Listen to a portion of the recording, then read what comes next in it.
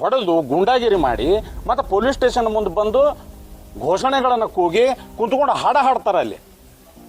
ಅಂದ್ರೆ ಇದು ಸ್ಪಷ್ಟವಾಗಿ ಬಿಜೆಪಿಯ ಸೋಲಿನ ಹತಾಶೆಯ ಪ್ರತೀಕ. ಇದು ಸೋಲ್ತೀವಿ, ಏನಾದರೂ ಮಾಡಿ ಈ ಚುನಾವಣೆಯನ್ನು ಡಿಸ್ಟರ್ಬ್ ಮಾಡೋಣ, ಈ ಚುನಾವಣೆಯಲ್ಲಿ ಮತ್ತೆ ಯಾವುದಾದ್ರೂ ಒಂದು ಹಿಂದೂ ಮುಸ್ಲಿಮೋ ಯಾವುದೋ ಒಂದು ವಿಷಯನ ತೆಗೆದು ಗಲಭೆ ಎಬ್ಬಿಸಿ ಅದರ ಲಾಭ ಪಡ್ಕೊಂಡು ಏನಾದರೂ ಚುನಾವಣೆಯನ್ನು ಗೆಲ್ಲಬೇಕು ಅಂತ ಹೇಳಿ ಬಿಜೆಪಿಯವರು ಏನಾದರೂ ಕನಸುಗಳನ್ನು ಕಂಡಿದ್ರೆ ಅದು ತಿರುಕನ ಕನಸದು.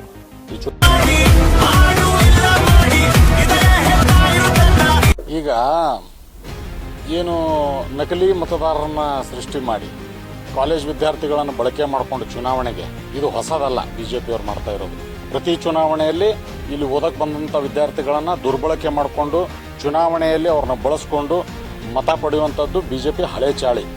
ಅದೇ ಪ್ರಕಾರ ಅನೇಕ ಜನ ವಿದ್ಯಾರ್ಥಿಗಳು ಇಲ್ಲೇನು ಓದ್ಲಿಕ್ಕೆ ಬಂದಿರತಕ್ಕಂಥ ವಿದ್ಯಾರ್ಥಿಗಳಿದ್ದಾರೆ, ಅವರು ನಮ್ಮ NSUI ಜಿಲ್ಲಾ ಘಟಕಕ್ಕೆ ಅವರು ತಮ್ಮ ಅಳಲನ್ನು ತೊಳ್ಕೊಂಡಾಗ ಅದನ್ನು ನೋಡಬೇಕು. ಯಾಕಂತಂದ್ರೆ ಈ ರೀತಿ ಪ್ರಜಾಪ್ರಭುತ್ವ ವ್ಯವಸ್ಥೆಯಲ್ಲಿ ದಬ್ಬಾಳಿಕೆಯಿಂದ ಅಥವಾ ಬಲಪ್ರಯೋಗದಿಂದ ಮತ ಪಡಿತಕ್ಕಂಥದ್ದು ಅದು ಕಾನೂನು ಬಾಹಿರವಾಗಿರ್ತಕ್ಕಂಥ ಚಟುವಟಿಕೆ.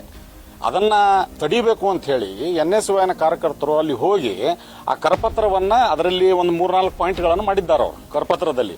ಈ ರೀತಿ ನಿಮ್ಮನ್ನ ಯಾರಾದರೂ ಪ್ರೆಷರೈಸ್ ಮಾಡ್ತಿದ್ರ ನಮಗೆ ತಿಳಿಸ್ರಿ ಅದಂತ ಹೇಳಿ ಜಿಲ್ಲಾಧ್ಯಕ್ಷರು ತಮ್ಮ ಕೆಳಗಡೆ ಫೋನ್ ನಂಬರ್ ಕೊಟ್ಟಿದ್ದಾರೆ. NSUI ಜಿಲ್ಲಾಧ್ಯಕ್ಷರು ಅದನ್ನು ಮಾಡಕ್ಕೆ ಹೋದಂಥ ಸಂದರ್ಭದಲ್ಲಿ ಕೇಸರಿ ಶಾಲ್ ಹಾಕೊಂಡು ನೀವು ಕ್ಯಾಂಪಸ್ ಒಳಗೆ ಯಾಕೆ ಬಂದ್ರಿ? ಕ್ಯಾಂಪಸ್ಸು ಏನು ಬಸವೇಶ್ವರ ವಿದ್ಯಾವರ್ಧಕ ಸಂಘದ ಕ್ಯಾಂಪಸ್ಸು ಅದು ಬಿಜೆಪಿ ಖಾಸಗಿ ಆಸ್ತಿ ಅಲ್ಲ, ಅದು ಸಾರ್ವಜನಿಕರ ಆಸ್ತಿ. ಅದು ಅಲ್ಲಿ ವಿದ್ಯಾರ್ಥಿಗಳನ್ನು ಭೇಟಿ ಮಾಡಲಿಕ್ಕೆ ಯಾರು ಬರಬಾರದು ಅಂತಂದ್ರೆ ಇದೇನು ಸರ್ವಾಧಿಕಾರಿಗಳ ಒಂದು ಏನು ಆಡಳಿತ ನಡೆದಿದೆಯಾ ಇಲ್ಲಿ? ವಿದ್ಯಾರ್ಥಿಗಳು ಹೋದಾಗ ಮತ್ತು ಅವ್ರು ಹೇಳ್ಬೋದು, ಯಾಕಂದ್ರೆ ಫ್ರೀ ಆ್ಯಂಡ್ ಫೇರ್ ಎಲೆಕ್ಷನ್ ನಡಿಬೇಕಾಗಿರ್ತಕ್ಕಂಥದ್ದು ಪ್ರಜಾಪ್ರಭುತ್ವ ವ್ಯವಸ್ಥೆಯ ತಳಹದಿ ಅದು.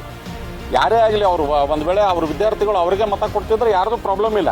ಆದ್ರೆ ಬಲಪ್ರಯೋಗ ಮಾಡಿ ವಿದ್ಯಾರ್ಥಿಗಳಿಗೆ ಮಾರ್ಕ್ಸ್ ಕೊಡೋದಿಲ್ಲ, ವಿದ್ಯಾರ್ಥಿಗಳಿಗೆ ನಾವು ಎಕ್ಸಾಮಲ್ಲಿ ನಾವು ಇದು ಮಾಡ್ತೀವಿ ಅಂತ ಹೇಳಿ ಆರೋಪಗಳು ಬಂದಾಗ ಅದು ಕೇಳಬೇಕಾಗಿರ್ತಕ್ಕಂಥದ್ದು ವಿದ್ಯಾರ್ಥಿ ಸಂಘಟನೆಯ ಜವಾಬ್ದಾರಿ, ಅದು ಅದು ಅದು ಅಧ್ಯಕ್ಷರ ಜವಾಬ್ದಾರಿ. ಅದನ್ನು ತಿಳ್ಕೊಳ್ಳಿಕ್ಕೆ ಅವ್ರು ಒಳಗಡೆ ಹೋದಂಥದ್ದು. ಮತ್ತು ಕೇಸರಿ ಶಾಲ್ ಏನಿದೆ ಬಿಜೆಪಿಗೆ ಯಾರು ಖರೀದಿ ಕೊಟ್ಟಿಲ್ಲ, ಯಾರು ಬೇಕಾದರೂ ಕೇಸರಿ ಶಾಲ್ ಹಾಕ್ಬೋದು. ಅದೇನು ಬಿಜೆಪಿ ಶಾಲ್ ಅಲ್ಲ, ಅದು ಏನು ನಮ್ಮ ಕಾಂಗ್ರೆಸ್ ಶಾಲ್ನಲ್ಲಿ ತ್ರಿವರ್ಣ ಧ್ವಜದ ಸಂಕೇತ ಏನೈತಲ್ಲ ಅದರಲ್ಲಿ ಕೇಸರಿ ಬಣ್ಣನೂ ಇದೆ.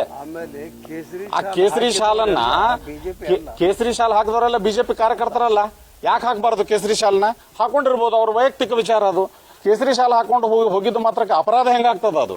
ಆಮೇಲೆ ಕಾಲೇಜ್ ಕ್ಯಾಂಪಸ್ನಲ್ಲಿ ಹೋಗಿದ್ದು ಅಪರಾಧ ಹೆಂಗಾಗತ್ತ? ಅವ್ರ ಮೇಲೆ 60-70 ಜನ ಅವ್ರ ಮೇಲೆ ಆ ಹೋದಂತ ವಿದ್ಯಾರ್ಥಿಗಳನ್ನ ಬಲಪ್ರಯೋಗ ಮಾಡುವುದು, ಗುಂಡಾಗಿರಿ ಮಾಡುವಂಥದ್ದು, ಇದು ಯಾವ ಬಿಜೆಪಿ ಲೆಕ್ಕಾಚಾರ ಇದು? ಒಂದು ವೇಳೆ ಅವ್ರು ಏನಾದರೂ ಕಾನೂನು ಬಾಹಿರ ಚಟುವಟಿಕೆ ಅಲ್ಲಿ ಕ್ಯಾಂಪಸ್ನಲ್ಲಿ ನಡೆಸಿದ್ರ ಬಂದು ಪೊಲೀಸ್ ಕಂಪ್ಲೇಂಟ್ ಕೊಡಬೇಕಾಗಿತ್ತು. ಅವರು ಪೊಲೀಸರು ಕಾನೂನು ಇದೆ ಅಲ್ಲ, ಪೊಲೀಸರು ಅವರು ಕ್ರಮ ಜರುಗಿಸ್ತಿದ್ರು. ಒಂದು ವೇಳೆ ಕಾನೂನು ಬಾಹಿರ ಚಟುವಟಿಕೆ ಏನಾದರೂ ಈ ವಿದ್ಯಾರ್ಥಿಗಳು ಮಾಡ್ತಿದ್ರ ಅವ್ರನ್ನ ಹೊಡೆದ್ರೆ ಯಾಕೆ? ಅವ್ರನ್ನ ಹೊಡೆದು ಗುಂಡಾಗಿರಿ ಮಾಡಿ ಮತ್ತೆ ಪೊಲೀಸ್ ಸ್ಟೇಷನ್ ಮುಂದೆ ಬಂದು ಘೋಷಣೆಗಳನ್ನು ಕೂಗಿ ಕುಂತ್ಕೊಂಡು ಹಾಡ ಹಾಡ್ತಾರೆ ಅಲ್ಲಿ. ಅಂದ್ರೆ ಇದು ಸ್ಪಷ್ಟವಾಗಿ ಬಿಜೆಪಿಯ ಸೋಲಿನ ಹತಾಶೆಯ ಪ್ರತೀಕ. ಇದು ಸೋಲ್ತೀವಿ, ಏನಾದರೂ ಮಾಡಿ ಈ ಚುನಾವಣೆಯನ್ನು ಡಿಸ್ಟರ್ಬ್ ಮಾಡೋಣ, ಈ ಚುನಾವಣೆಯಲ್ಲಿ ಮತ್ತೆ ಯಾವುದಾದ್ರೂ ಒಂದು ಹಿಂದೂ ಮುಸ್ಲಿಮೋ ಯಾವುದೋ ಒಂದು ವಿಷಯನ ತೆಗೆದು ಗಲಭೆ ಎಬ್ಬಿಸಿ ಅದರ ಲಾಭ ಪಡ್ಕೊಂಡು ಏನಾದರೂ ಚುನಾವಣೆಯನ್ನು ಗೆಲ್ಲಬೇಕು ಅಂತ ಹೇಳಿ ಬಿಜೆಪಿಯವರು ಏನಾದರೂ ಕನಸುಗಳನ್ನು ಕಂಡಿದ್ರೆ ಅದು ತಿರುಕನ ಕನಸದು. ಈ ಚುನಾವಣೆಯಲ್ಲಿ ಸ್ಪಷ್ಟವಾಗಿ ಕಾಂಗ್ರೆಸ್ ಗೆದ್ದೇ ಗೆಲ್ತದೆ, ಅದು ಹತಾಶೆ ಅವರಿಗೆ. ಖಂಡಿತವಾಗಿ ಕಂಪ್ಲೇಂಟ್ ನಾವು ಕೂಡ ಪೊಲೀಸ್ ಸ್ಟೇಷನ್ಗೆ ಹೋಗಿ ಅಲ್ಲೆಲ್ಲ ಕಾರ್ಯಕರ್ತರಿಗೆ ಧೈರ್ಯ ಹೇಳಿ ಯಾವುದೇ ಕಾರಣಕ್ಕೂ ಯಾರು ಅವ್ರ ಮೇಲೆ ಹಲ್ಲೆ ಮಾಡಿದ್ದಾರೆ ಅವರನ್ನು ಗುರುತಿಸಿ ಅವ್ರ ಮೇಲೆ ಕಾನೂನು ರೀತಿ ಕ್ರಮ ಜರುಗಿಸಬೇಕು ಅಂತ ಹೇಳಿ ನಾವು ಒತ್ತಾಯ ಮಾಡಿ ಬಂದಿದ್ದೀವಿ. ತಮ್ಮ ಮೂಲಕ ಕೂಡ ನಾವು ಒತ್ತಾಯ ಮಾಡ್ತೀವಿ. ಆಮೇಲೆ ಜವಾಬ್ದಾರಿ ಸ್ಥಾನದಲ್ಲಿರ್ತಕ್ಕಂಥ ಬಿಜೆಪಿ ನಾಯಕರುಗಳು ಸತ್ಯಾಸತ್ಯತೆ ಅರ್ಥ ಮಾಡಿಕೊಂಡು ಪತ್ರಿಕೆಗೆ ಹೇಳಿಕೆ ಕೊಡಬೇಕು. ನಮ್ಮ ಹಿರಿಯರು, ನಮ್ಮ ಜಿಲ್ಲಾಧ್ಯಕ್ಷರು ಯಾವ ರೀತಿಯಾಗಿ ಹೇಳಿಕೆಯನ್ನು ಕೊಟ್ಟರು? ಈಗ ಎಷ್ಟು ಅಳೆದು ತೂಗಿ ಒಂದೊಂದು ಶಬ್ದಗಳನ್ನು ಮಾತಾಡಿದ್ರು.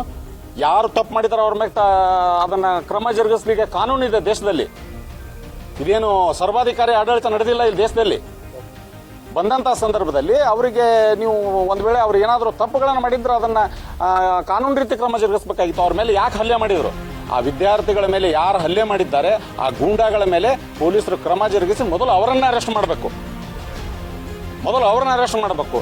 ಅದರಲ್ಲಿ ಹೊಡೆಸ್ಕೊಂಡಂಥ ವಿದ್ಯಾರ್ಥಿಗಳನ್ನು ತೊಗೊಂಡು ಬಂದು ಪೊಲೀಸ್ ಸ್ಟೇಷನಲ್ಲಿ ಕೂರಿಸ್ಕೊಂಡು ಮತ್ತೆ ಬಂದು ಪೊಲೀಸ್ ಸ್ಟೇಷನ್ ಮುಂದೆ ಒಬ್ಬ ಮಾಜಿ MLC ಒಬ್ಬರು ರಾಜ್ಯಸಭಾ ಸದಸ್ಯರು ಹೇಳಿಕೆ ಕೊಡ್ತಾರಂತ ಹೇಳಿದ್ರೆ ಇವ್ರದ್ದು ಹಿಂದಿನ ಉದ್ದೇಶ ಏನು? ಇವ್ರದ್ದು ಮೊನ್ನೆ ಕೂಡ ಏನು ಬಂಕಾ ಮಸೀದಿ ಮುಂದೆ ಘಟನೆ ನಡೀತು, ಅಲ್ಲಿಯೂ ಕೂಡ 144 ಜಾರಿ ಇದ್ದಾಗ ಮಾಜಿ ಶಾಸಕರು ಜನರನ್ನು ಕಟ್ಕೊಂಡು ಹೋಗಿ ಅಲ್ಲಿ ಆ ರೀತಿಯಾಗಿರ್ತಕ್ಕಂಥ ಒಂದು ದುಂಡಾವರ್ತನೆ ಮಾಡಿದರು. ಈಗ ಈ ರೀತಿಯಾಗಿರ್ತಕ್ಕಂಥ ಘಟನೆ ಇದು ಏನೂ ಅಲ್ಲ. ಬಿಜೆಪಿ ನಾವು ಚುನಾವಣೆ ಸೋಲ್ತೀವಂತ ಸ್ಪಷ್ಟವಾಗಿ ಗೊತ್ತಾಗಿದೆ ಅವರಿಗೆ. ಗೊತ್ತಾಗಿ ಆ ಸೋಲಿನ ಹತಾಶೆಯಿಂದ ತಪ್ಪಿಸಿಕೊಳ್ಳಿಕ್ಕೆ ಏನಾದರೂ ಒಂದು ಘಟನೆಯನ್ನು ಮಾಡೋಣ ಅಂತ ಹೇಳಿ ಈ ರೀತಿಯಾಗಿರ್ತಕ್ಕಂಥ ಏನು ಕಾನೂನು ಬಾಹಿರವಾಗಿರ್ತಕ್ಕಂಥ ಕೆಲಸವನ್ನ ಬಿಜೆಪಿ ಮಾಡ್ತಾ ಇದೆ ಅಂದ್ರೆ ಕೈ ಬಿಡಬೇಕು. ಯಾಕಂದ್ರೆ ಬಾಗಲಕೋಟೆ ನಾಗರಿಕರು ಬಹಳ ಹುಷಾರಾಗಿದ್ದಾರೆ, ಅವ್ರಿಗೆ ಗೊತ್ತಿದೆ ಯಾರು ಏನ್ ಮಾಡ್ತಾ ಇದ್ದಾರೆ ಊರಲ್ಲಿ ಅಂತ ಹೇಳಿ. ಅದಕ್ಕೋಸ್ಕರ ಈ ರೀತಿ ಘಟನೆಗಳಿಗೆ ಅವರು ಪ್ರಚೋದನೆ ಕೊಡೋದನ್ನು ನಿಲ್ಲಿಸಬೇಕು.